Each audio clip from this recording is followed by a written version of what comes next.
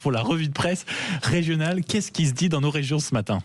Eh bien, comme dans la presse nationale, on revient sur cette marche qui avait lieu hier en hommage aux frères d'Amin Kessassi, Mehdi, et plus largement contre le narcotrafic. En communion, titre La Provence, qui parle de 6 à 8 000 personnes présentes dans les rues de la ville. Le quotidien partage aussi en intégralité le discours d'Amin Kessassi lors de cet hommage, qui demande à tous les gens présents d'entrer en résistance. Et La Provence n'est d'ailleurs pas la seule à titrer sur cet événement. Ouest France fait aussi sa une sur le sujet, en parlant d'une foule unie contre le narcotrafic à Marseille. C'est pour vous dire à quel point ce sujet suscite l'émotion dans la France entière. Le quotidien revient notamment sur la lettre poignante de la mère de la victime, qui a pris la parole devant la foule, mais n'a pas réussi à aller au bout de son discours, submergé par l'émotion. C'est le deuxième fils qu'ils me prennent, dit-elle, en visant les narcotrafiquants, bien sûr. Combien de fois veulent-ils me torturer en m'arrachant le cœur, alors qu'on rappelle qu'un autre de ses fils avait déjà perdu la vie à cause d'une histoire déjà liée au trafic de drogue, justement.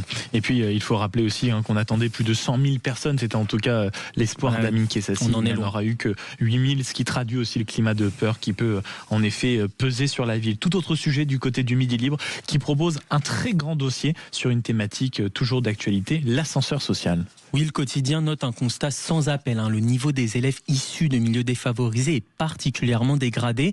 C'est un sujet récurrent, mais le journal l'illustre avec des chiffres concrets. Quand on regarde les profils des élèves en CAP, seulement 4,8% sont des enfants de cadre, alors que 31% sont des enfants d'ouvriers. À l'inverse, 53,7% des élèves en classe préparatoire sont des enfants de cadre et seulement 6,4% des enfants d'ouvriers. De quoi faire dire à la dépêche du dimanche que l'ascenseur social est en panne, avec pourtant un paradoxe qui est mis en avant. La France est le pays d'Europe qui aide le plus les familles pauvres, mais aussi celles où leurs enfants réussissent le moins. Preuve, s'il en fallait, qu'il y a beaucoup de choses à redire et probablement à revoir dans notre système. Du côté du sud-ouest, c'est évidemment pas une surprise. Le rugby qui est mis à l'honneur.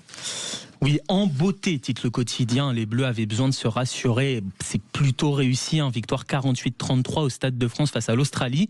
Match que vous avez évidemment pu suivre sur Sud Radio, la radio du rugby.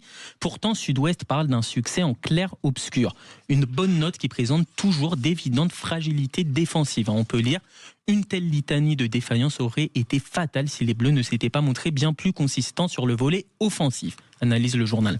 Et du côté de la dépêche du dimanche, on se pose une question à nouveau. On a l'impression que c'est toujours la même. Où sont passés nos médecins ? C'est ça, elle aussi, elle est récurrente. Pourquoi est-il aussi difficile d'obtenir un rendez-vous chez les médecins, en tout cas dans certaines spécialités ? Le quotidien note qu'en 15 ans, le nombre de gynécologues médicaux a été divisé par 3. D'ailleurs, plusieurs patients témoignent. Marre de compter sur la chance ou la débrouille, explique par exemple l'un d'eux. Un autre déplore le fait de devoir poser une journée à chaque fois qu'elle veut se rendre chez la dermatologue ou le gynécologue, parce qu'elle doit faire justement plusieurs heures de route. La cause, c'est toujours la même. Pendant des années, trop peu de médecins ont été formés à cause du numerus clausus, une limitation du nombre de médecins formés, qui désormais n'existe plus. Mais il faudra, quoi qu'il en soit, attendre encore plusieurs années pour en observer les conséquences. Et ça, c'était la revue de presse de Thomas Ranou, pour laquelle il n'y a pas besoin d'avoir un rendez-vous. Merci beaucoup d'avoir été avec nous, mon cher Thomas.